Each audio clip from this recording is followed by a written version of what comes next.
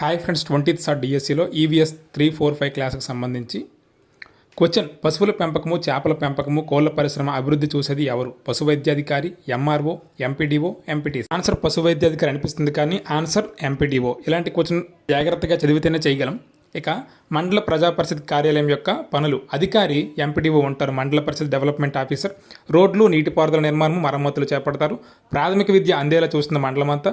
రక్షిత మంచినీరు, పారిశుద్ధ్యము, ఆరోగ్యము, మహిళ శిశు సంక్షేమము, వ్యవసాయము, పశువుల పెంపకము, చేపల పెంపకము, కోళ్ల పరిశ్రమ అభివృద్ధి కూడా ఎంపీడీఓ బాధ్యతే.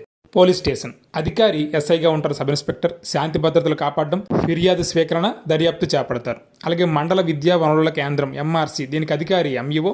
బడియుడి గల పిల్లలు నమోదు చేయడము, బడిలో చేరిన వారికి నాణ్యమైన విద్య అందించడము, పాఠశాలను పర్యవేక్షణ చేపట్టడము, ఎండిఎం అమలు, పర్యవేక్షణ, బడి పిల్లల ఇతర కార్యక్రమాలు అమలు చేస్తారు. ఇది ఫ్రెండ్స్ ఈరోజు video. Stay tune for next video. Continue. Thank you.